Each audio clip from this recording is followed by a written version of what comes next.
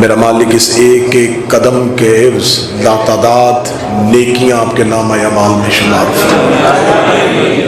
موقف کاروان ہند جو حسین کے زائرین کی خدمت کر رہا ہے، کریمہ اہل بیت سرکار ولی العصر، ان کی توفیقات خیر میں اضافہ فرمائے، ان کے تمام رضاکاران کی اس خدمت کو شہزادی اپنی بارگاہ میں منظور فرمائے۔ اجازت ہے ذکر شروع کیا جا سکے؟ آپ اس وقت اس رستے پہ چلتے ہوئے جا رہے ہیں جو علم کے کعبہ سے عشق کے کعبہ کی طرف جاتا ہے۔ بات شروع ہو چکی، ذہن آپ نے متوجہ رکھنے ہیں۔ میں پھر لفظ کہوں گا کہ آپ جس رستے پہ چلتے ہوئے جا رہے ہیں یہ علم کے کعبہ سے عشق کے کعبہ کی طرف جا رہا ہے۔ یہ باپ کے مزار سے بیٹے کی معراج تک جا رہا ہے۔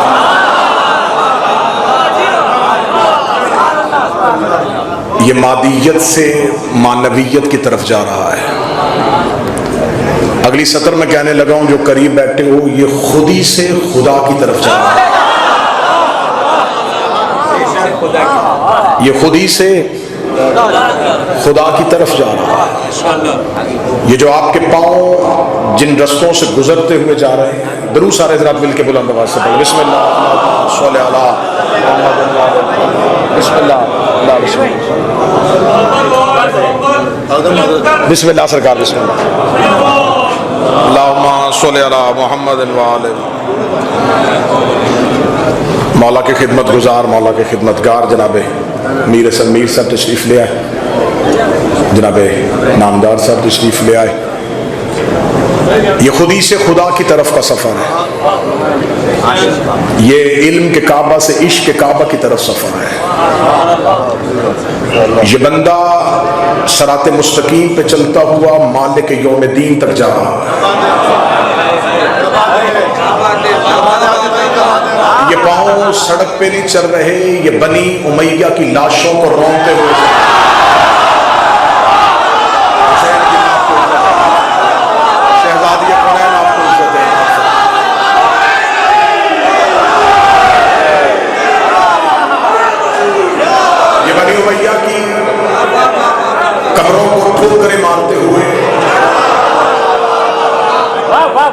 اس صدائے نصرت پہ لبیک کہتے ہوئے حسین کی جانب جا رہے ہیں۔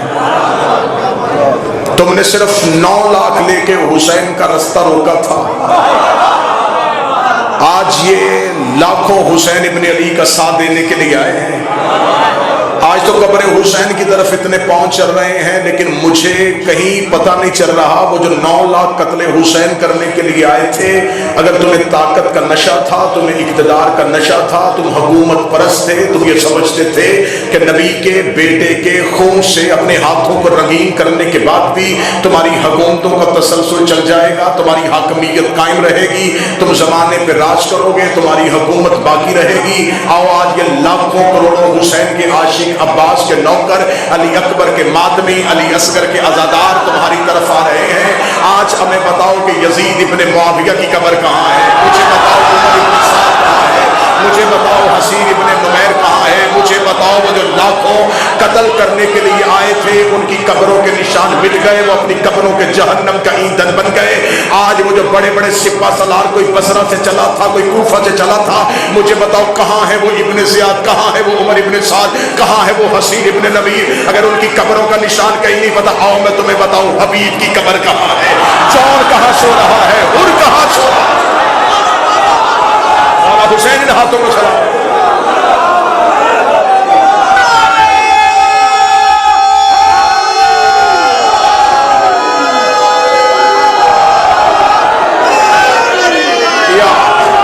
آؤ ہم تمہیں بتائیں، بسم اللہ، ہم تمہیں بتاتے ہیں کہ حسین کا حر کہاں سو رہا ہے، ہم تمہیں بتاتے ہیں کہ حسین کا حبیب کہاں آرام کر رہا ہے۔ وہ جو ایک رات کے لیے آیا تھا وہ بھی ان کا علیہ السلام ہے. صدر زمین پہ گئی ہے میں پھر سر اٹھانے لگا. وہ جو ایک رات کے لیے آیا تھا وہ بھی حسین کا علیہ السلام ہے. ایک رات کا آنے والا مہمان حسین علیہ السلام بنا دیا. تیرا تخت پہ بیٹھنے والا حسین لعنت اللہ بنا. سلام ان قدموں کو.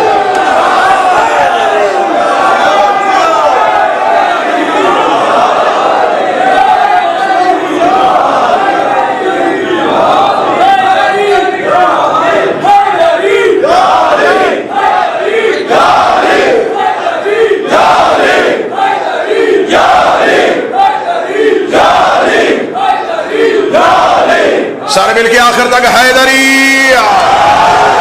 اب جو رہے ہیں ہم کیوں پیدل چلتے ہیں حسین کی طرف. خلقت انسان میں سب سے پہلا جو کام ہے وہ انسان چلنے کی کوشش کرتا ہے. لوگ کہتے ہیں کہ شاید یہ پیدل چلنا، یہ 40 کی واک، یہ حسین کی قبر کی طرف چلنا یہ شیعوں نے کلچر بنایا ہے. یہ کلچر نہیں ہے، یہ عبادت ہے. حسین کی قبر پہ چلنے والے، قدموں پہ اعتراض کرنے والوں، حج کے دنوں میں صفا و مروہ پہ دوڑنا چھوڑو. ہم تو بڑے اطمینان سے چل رہے ہیں، ہم تو بڑے وقار سے چل رہے ہیں، ہم تو رکتے ہوئے جا رہے ہیں، ہم تو سانس لیتے ہوئے جا رہے ہیں، ہم تو ایک دوسرے کی خدمت کرتے ہوئے جا رہے ہیں. یہ قدم آہستگی کے ساتھ، وقار کے ساتھ، اطمینان کے ساتھ، احترام کے ساتھ. ہماری گردنوں میں کوئی غرور حسین نے ایسا دیا ہے. ہم کرم کی تلاش میں جا رہے ہیں، ہم حسین کی طرف جا رہے ہیں. ہمارے دلوں کو سکون ہے، ہم خرچ کر کے آئے ہیں. ہمیں نہ گرمی کی پرواہ ہے، نہ پیاس کی فکر ہے، نہ بھوک کا خطرہ ہے. یہاں پہ ہم اپنی پوری دنیا کو رونتے ہوئے حسین کی طرف جا رہے ہیں. حسین کے اس ماتمی کے چہرے کا وقار دیکھو. حج کے دنوں پہ صفا و مروہ پہ دوڑنے والوں، ہمیں بتاؤ صفا سے لے کے مروہ تک یہ چکر لگانے والے، نہ تیرے چہرے پہ اطمینان تھا، نہ تیری رفتار میں وقار تھی، نہ تیرے لہجے میں وہ کھن تھی، نہ وہ گرج تھی. آخر تیرا چہرہ اتنا گھبرایا ہوا کیوں تھا؟ آخر تیرے چہرے میں اتنی فکر کیوں تھی؟ اس لیے کہ تجھے خبر ہی نہیں تھی کہ تو کیا کر رہا ہے. تو نے یہ صفا و مروہ کے درمیان صحیح کی تھی یا کیوں کی تھی؟ کہتے یہاں ایک نبی کی ماں دوڑی تھی، نبی کی ماں دوڑی تھی، نبی کی ماں دوڑی تھی. اس کا مطلب ہے کوئی ماں بیٹا بچانے کے لیے دوڑے تو کیا اللہ قیامت تک کے لیے مسلمانوں پہ واجب کرے گا؟ اس کا مطلب ہے کہ وہ بیٹا بچانے کے لیے نہیں دوڑی تھی، وہ ایک حجت کو بچانے کے لیے دوڑی تھی. اور اچھی عورت حجت بچانے کے لیے دوڑے تو اللہ مسلمانوں پہ سنت بنا دیتا ہے. اور اگر کوئی عورت حجت کو لڑنے کے لیے آ جائے، وہ جتنے قدم چلی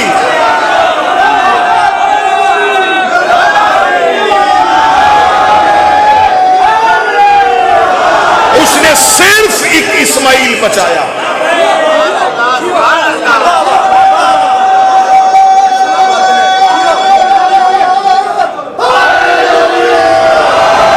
اس نے صرف ایک اسماعیل بچایا. جس نے صرف ایک اسماعیل بچایا اس کے قدموں پہ چلنے والے آج دوڑتے ہیں. یہاں ایک اسماعیل نہیں بچا، یہاں پورا دین بچا ہے. جب ہم کرتے ہیں تو اس کو ہم کیا لفظ کہتے ہیں؟ مشی کر رہے ہیں. قبلہ تشریف فرما ہے اس مشی کرنے کو، اس چلنے پہ اعتراض کرنے والے. یہ 40 واق تو انہوں نے ابھی شروع کیا، اس سے پہلے یہ کیا پیدل چلنا کہاں عبادت ہوتا ہے؟ اور میں تمہیں بتاؤں کہ اللہ نے کب کس کو مشی کا حکم دیا تھا. موسیٰ کی ماں نے حضرت موسیٰ کو صندوق میں رکھ کے نیل کی لہروں کے حوالے کیا. سورہ مبارکہ طٰہٰ آیت کا نشان 40. جو ہی حضرت موسیٰ کی ماں نے صندوق میں رکھ کے بیٹا لہروں کے حوالے کیا، خدا کہتا ہوا اِذ تمشیٰ اختک کا، پھر یاد کر موسیٰ جب تیری بہن نے مشی کی تھی. قرآن میں لفظ مشی استعمال ہو رہا ہے. خدا کہہ رہا ہے موسیٰ تیری بہن چلی تھی. کس کے پیچھے؟ صندوق کے پیچھے. کون تھی؟ موسیٰ کی بہن. اس کا مطلب موسیٰ تھا اس دور کا نبی، اس دور کی حجت کی بہن صندوق کے پیچھے چلی اور دربار فرعون تک پہنچی، اور دربار فرعون میں جا کے حضرت موسیٰ کی بہن نے حضرت موسیٰ کا تعارف نہیں کروایا، بلکہ بتایا کہ میں ایک ایسی خاتون کو جانتی ہوں، تو میری طرف کیجئے گا، میں ایک ایسی خاتون کو جانتی ہوں یہ بچہ جس کا دودھ پیے گا۔ میں پورا واقعہ نہیں پڑھنا چاہتا، اس کا مطلب ہے کہ حضرت موسیٰ کی بہن چند قدم چلی اور خدا کہتا ہے کہ اے موسیٰ تیری بہن نے مشی کی، تیری بہن چلی تھی۔ میرے مالک قرآن واقعہ سنانے کے لیے نہیں آیا، قرآن نتیجے دینے کے لیے آیا ہے، قرآن ہدایت کرنے کے لیے آیا ہے۔ میرے مالک قیامت تک کے لیے قرآن پڑھا جائے گا تو کیا قیامت تک کے لیے پڑھنے والے قاریان قرآن، حافظان قرآن اس واقعے کو بطور واقعہ سمجھ کے پڑھیں گے کہ ایک بہن چلی تھی، وہ صندوق کے پیچھے چلی تھی۔ میرے مالک تو آیتیں ایسے نہیں بھیجتا، تو ایک ایک حرف ایسے نہیں اتارتا، تو نے اسے آیت بنا کے زمین پہ اتار دیا کہ موسیٰ کی بہن چلی تھی۔ موسیٰ کی بہن چلی تھی، کہاں تک گئی تھی؟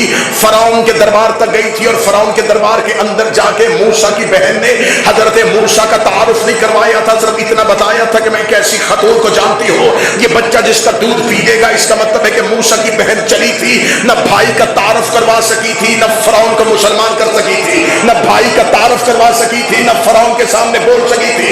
وہ ڈرتی ہوئی دربار میں کھڑی ہوئی تھی، اور ڈرتی ہوئی کھڑی ہو کے موسیٰ کی بہن نے تعارف کروا کے کہہ دیا تھا کہ اس بچے کی ایسی خاتون کے بارے میں جانتی ہوں جس کا یہ دودھ پی لے گا۔ اور صرف حضرت موسیٰ کی زندگی بچانے کے لیے وہ بہن گھر سے نکل کے فرعون کے دربار تک گئی، اور خدا نے اس کی مشی کرنا، اس کا پیدل چلنا اللہ نے قرآن میں آیت بنا کے رکھ دیا۔ میرے مالک تو نے واقعہ لکھا ہے، فرمایا واقعہ نے لکھا، مجھے کسی مستور کی فضیلت بتانی ہے کہ موسیٰ کی بہن چند قدم چل کے فرعون کے دربار میں گئی، نہ موسیٰ کا تعارف کروایا، نہ فرعون کو تخت سے اتارا، لیکن جب زینب بنت علی کربلا سے چلتی ہوئی شام کے محل تک پہنچی تو اس وقت بھی سب سے بڑا فرعون تخت پہ بیٹھا ہوا تھا۔ بی بی نے جا کے حسین کا تعارف بھی کروایا، یزید کا تعارف بھی کروایا، اور بی بی نے دربار میں کھڑی ہو کے کہا میں حسین کی بہن ہوں اور تیرے باپ کو میں جانتی ہوں۔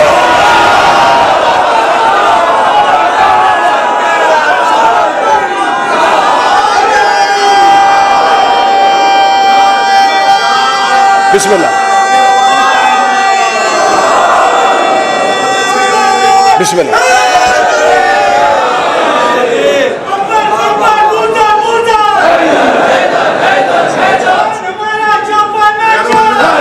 بسم اللہ سر، بسم اللہ سر، بسم اللہ جو 1176 1176 اور 7 بجے 8 بجے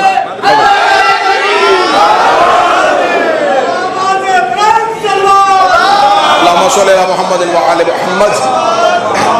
اور انشاءاللہ ایک ضروری اعلان، یہیں سے اسی رستے پہ چلتے ہوئے ایک منزل آئے گی، پول نمبر 1176 1176، موقب شہزادی ام البنین صلوات اللہ علیہ۔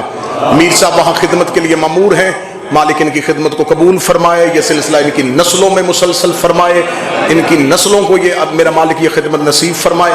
انشاءاللہ کل ٹھیک رات مغرب کے بعد 7:30 8 بجے کے قریب وہاں مجلس شروع ہو جائے گی اور وہاں بھی حاضری ہوگی۔ آپ تمام احباب جو چلیں گے یہیں سے چلتے ہوئے اس منزل کی جانب جائیں گے، یا جو پہنچ چکے ان کو اطلاع دیں، انشاءاللہ کل وہاں پہ مجلس ہوگی۔ چلی موسیٰ کی بہن، لیکن موسیٰ کا تعارف نہیں کروایا۔ لیکن جب حسین کی بہن شام پہنچی، میں فضائل پڑھنے لگا ہوں، 2 ہستیوں نے شام میں جا کے خطبہ دیا، ایک حسین کی بہن، ایک حسین کا بیٹا۔ میں فضائل پڑھ رہا ہوں، ایک سید الساجدین اور ایک شہزادی زینب، 2 ہستیوں نے شام میں جا کے تقریر کی ہے، ایک حسین کی بہن اور ایک حسین کا بیٹا۔ میں تقریریں نہیں پڑھنے لگا، میں خطبہ نہیں پڑھنے لگا، میر صاحب لفظ کہنے لگا، دونوں کے پورے خطبے پڑھ لو، دونوں کے خطبوں میں کیا فرق تھا۔ سجاد نے بتایا کہ ہم کون ہیں، زینب نے بتایا کہ تم کون، اس سے اچھا جملہ نہیں کہا جا سکتا۔ مولا سجاد نے بتایا کہ ہم کون ہیں، اور علی کی بیٹی نے بتایا کہ تم کون؟ جاؤ جا کے دونوں خطبہ پڑھو۔ سید الساجدین نے اپنے خاندان کا تعارف کروایا اور علی کی بیٹی نے یزید کے خاندان کا تعارف کروایا۔ سجاد بتاتے رہے کہ ہم اہل بیت کون ہیں، زینب بتاتی رہی کہ تم بنی امیہ کون ہو۔ جملہ نہیں سمجھے تو میں اگلا آسان کر کے جملہ دوں، سجاد تولا پڑھتے رہے، زینب تبرہ پڑھتی رہے۔ علی کی بیٹی نے شام کے دربار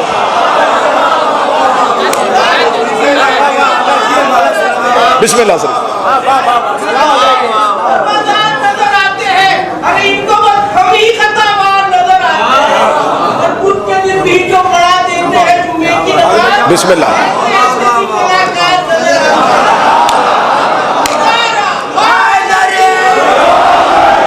اور یہ شہزادی جو شام میں گئی، یہ بی بی ایک بہن بھائی کے ساتھ نہیں جا رہی۔ اتنا نہ گھٹایا جائے عالیہ کی محنت کو کہ ایک بہن تھی جو بھائی کے ساتھ چلی گئی تھی، بڑی محبت کرتی تھی۔ کربلا میں کردار عالیہ کا ہونا اتنا ضروری ہے جتنا قرآن میں سورہ حمد کا ہونا ضروری ہے۔ جو ہندوستان سے بیٹھے ہیں، جو اہل زبان ہیں، کربلا میں علی کی بیٹی کا ہونا اتنا ضروری ہے جتنا قرآن میں سورہ حمد کا ہونا ضروری ہے۔ جیسے سورہ حمد کے بغیر نماز نہیں ہوتی،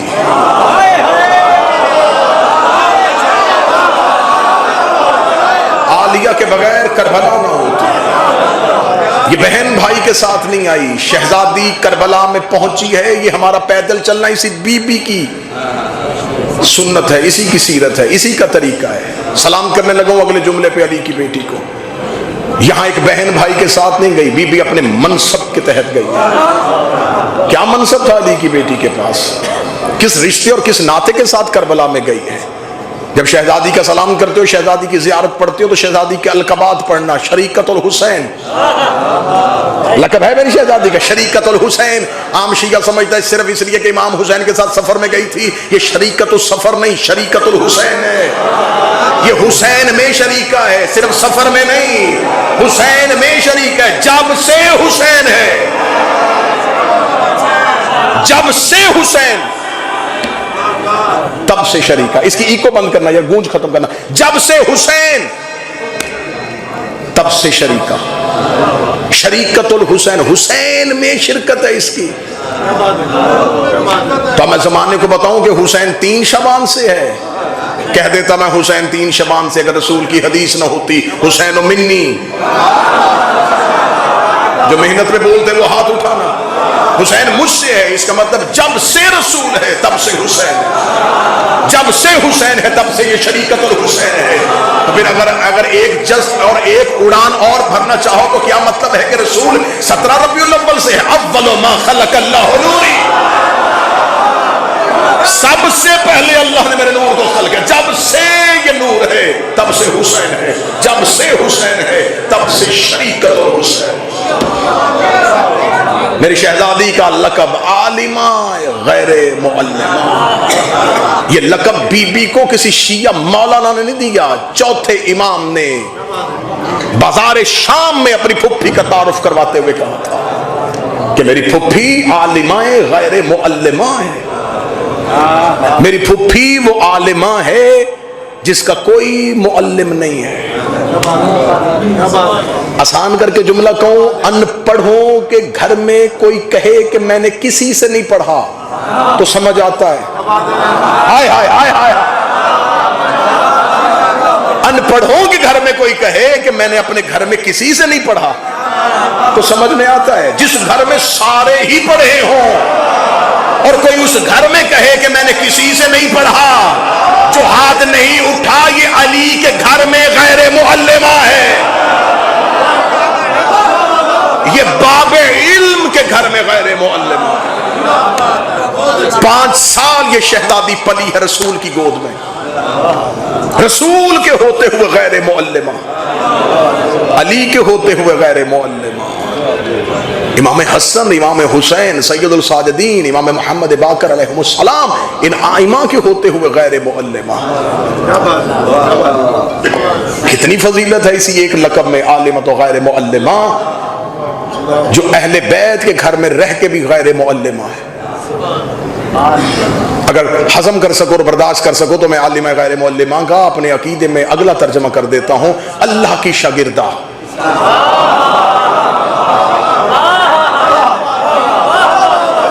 نہیں، غیر معلمہ کے بعد میں کیا کہوں کہ جس کا کوئی بھی یہاں معلم نہیں ہے تو اس کا مطلب ہے اللہ کی شاگردہ۔ سر نہ ہلانا اور اگلی سطر سن لینا، وہی صرف نبیوں کو ہوتی ہے۔ یہ اللہ کی شاگرد، عالمہ تو غیر معلمہ۔ اس بی بی کا لقب امینہ امامت، اللہ کی امامت جیسی امانت جس کے گھر میں ہو اسے امینہ کہتے ہیں۔ یہ شہزادی امینہ ہے۔ مکہ کے لوگ نبی کو امین کہتے تھے اس لیے کہ اس کے پاس اپنی امانتیں رکھواتے تھے۔ جس کے پاس کافر اپنی امانتیں رکھوائیں اسے مصطفیٰ کہتے ہیں۔ جس کے پاس اللہ اپنی امامت رکھوائے اسے امینہ امامت کہتے ہیں۔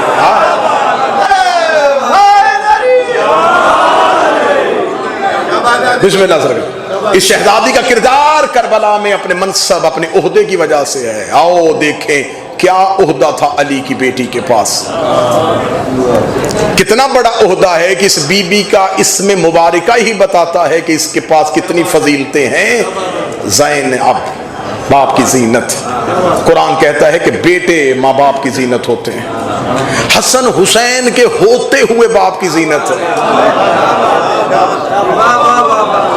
کسی گھر میں بیٹا نہ ہو تو وہ تو کہہ سکتا ہے کہ میری بیٹی ہی میرا بیٹا ہے۔ جس کے گھر میں حسن بھی ہے، حسین بھی ہے، عباس بھی ہے، لیکن زینت باپ کی پھر بھی یہ ہے۔ لفظ بدلتا ہوں، جو رحمان کی زینت ہے یہ اس کی زینت ہے۔ یہ شہزادی ہے امینہ امامت۔ بس ایک سطر گزرتے ہوئے پڑھنے لگا ہوں۔ کون سی امانت تھی اس بی بی کے پاس؟ سید الساجدین کا کربلا میں چند لمحوں کے لیے خاموش ہو جانا، اس کے لیے لقب مشہور کر دیا بیمار کربلا۔ تو کوئی بچہ یہ نہ سمجھے کہ شاید معاذ اللہ العیاذ باللہ کہ سید الساجدین جیسے ہم لوگ بیمار ہوتے ہیں ویسے امامت بیمار ہے۔ نہیں، امامت کے ہاں ایسی بیماری نہیں ہوتی۔ چند لمحوں کے لیے آنکھیں بند ہوئی تھیں، حکمت پروردگار تھی۔ آنکھیں کھلی ہوتی تو صدائے حل من پر لبیک واجب تھا۔ مولا سید الساجدین کی چند لمحے کے لیے آنکھیں بند ہوئیں، اور یہ آنکھیں بالکل ایسے ہی بند ہوئیں کہ جیسے رسول معراج پہ گئے اور کنڈی ہلتی رہی۔ نظام کائنات تو حرکت میں تھا لیکن سید الساجدین کی آنکھیں بند ہوئی۔ یہاں مصائب کے عنوان میں ایک لفظ پڑھا جاتا ہے کہ جب سید الشہداء امام حسین کی شہادت ہوئی تو یہی بی بی خیمے میں گئی ہے اور اس نے جا کے شانہ ہلایا ہے اور ہلا کے کہا ہے سجاد جاگیے، اب آپ امام ہیں۔ یہ لفظ ایسے ہی ہے کتاب میں کہ بی بی نے جا کے سید الساجدین کو کہا اب آپ امام ہیں۔ اس کا مطلب ہے کہ شہادت حسین سے لے کے سید الساجدین کی آنکھیں کھلنے تک جس نے امامت والی امانت کو اپنے پاس رکھا اور شانہ پکڑ کے ہلایا اور ہلا کے کہا اب آپ امام ہیں۔ اور پھر اگلا جملہ کیا کہا؟ بی بی نے اگلا جملہ دے کے کہا سجاد اب آپ بتائیں جل کے مرنا ہے یا باہر نکلنا ہے؟ عالمہ غیر معلمہ یہ سوال کیوں پوچھ رہی ہے؟ یہ سوال نہیں تھا، یہ سید الساجدین کی امامت کا اعلان تھا۔ بی بی زمانے کو دستور دے رہی تھی کہ میں عالمہ غیر معلمہ ہو کے بھی امام سے پوچھ رہی ہوں جل کے مرنا ہے یا باہر نکلنا ہے؟ اتنا ضروری ہے حکم امام کی اطاعت کرنا کہ آگ خیمے کے اندر بھی آ جائے تو مرضی امام پوچھو۔ میں لفظ پھر کہنے لگا ہوں، اتنا ضروری ہے شیعہ مذہب میں امام کی اطاعت کرنا کہ آگ خیمے کے اندر بھی آ جائے تو امام سے امام کی مرضی پوچھو کہ امام کیا چاہتا ہے۔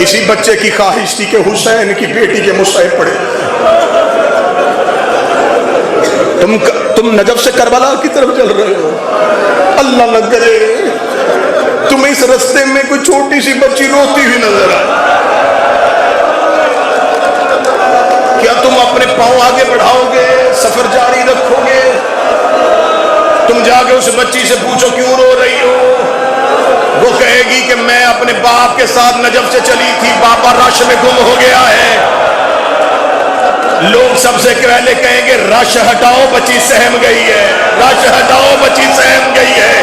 پھر کوئی کہے گا کسی خاتون کو کھڑا کرو, وہ خاتون اس سے بات کرے, کیونکہ چھوٹی بچی گھبرائی ہوئی مردوں سے بات نہیں کرتی. قاتلوں کے مجمع میں 4 سال کی بچی کھڑی تھی, چاروں طرف سے ملون پوچھ رہے تھے کس کی بیٹی ہے. کبھی کہتی عباس کی بھتیجی ہو, کبھی کہتی اکبر کی بہن ہو, کبھی کہتی اصغر کی بہن ہو. جب چاروں طرف سے کمینے کہہ کے مارتے رہے, جب کوئی بس نہ چلا, ریت میں گر گئی, رو کے کہتی فاطمہ کی بیٹی ہو. انام بنت فاطمہ, میں فاطمہ کی بیٹی. کوئی حسین کے نوکر شام چلے گئے, کچھ کربلا آ گئے, منزل قریب ہو جائے گی تمہاری. جس کی قبر کو دیکھنے کے لیے تڑپ رہے ہو نا, ابھی راتیں ختم ہو جائیں گی, تمہیں تمہاری مراد مل جائے گی. کیا مراد ہے تمہاری؟ قبر حسین کو دیکھنا. آنکھیں کیسے ترس رہی ہیں, کس لیے؟ قبر حسین کو دیکھنے کے لیے. جیسے ہی تھکے ہوئے پاؤں, ٹوٹے ہوئے بدن, جاگی ہوئی آنکھیں حسین کے روضے کے مینار دیکھے گی, تمہارا بدن پھول کی طرح ہو جائے گا. تمہیں رستے کی مسافرت کی تھکن بھول جائے گی. کیوں؟ تم نے صرف حسین کے روضے کے مینار دیکھے. 1400 سال کے بعد آنے والوں, تم قبر حسین کے مینار دیکھو تو تمہاری تھکن ختم ہو جاتی ہے. تم کہتے ہو ہمیں ہمارا مولا مل گیا, ہماری مراد پوری ہو گئی. اس کا مطلب 1400 سال کے بعد تمہیں قبر حسین کے مینار نظر آئے, تمہاری تھکاوٹ ختم ہو جاتی ہے. 10 محرم کی بابے سے بچھڑی تھی, شام کے زندان پہ ریت پہ سر رکھ کے رو رو کے کہتی سجاد کہیں بابا نظر نہیں آ رہا. جب حسین کے سر پہ نظر پڑی, سکینہ ریت سے تڑپ کے اٹھی.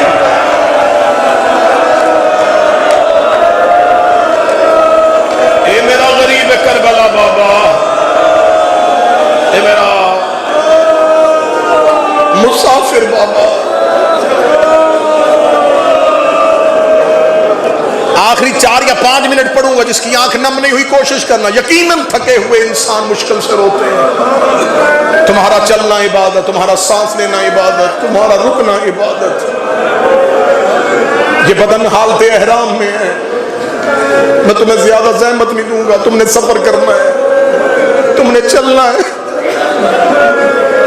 انسان رو کے تھک جاتا ہے.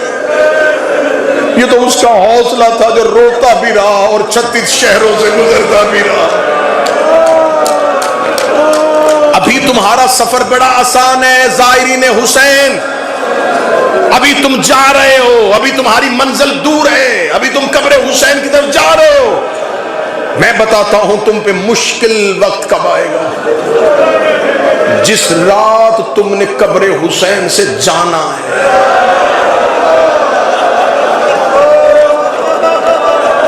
ودا کی زیارت پڑھو تو اس نوکر کا جملہ یاد کر لینا, نوکر کا جملہ یاد کر لینا. 10 دن بھی رہو, 15 دن بھی رہو, مشکل ہوتی ہے حسین کی ودا کی زیارت. میں اتنے سالوں سے دیکھ رہا ہوں میر صاحب سالار بس لے کے کھڑے رہتے ہیں, زائرین پورے نہیں ہو رہے. کیوں نہیں ہو رہے؟ کوئی کہتا میری ماں حرم میں گئی ہے, کوئی کہتا میری بہن مولا باز کے حرم میں بیٹھی ہے.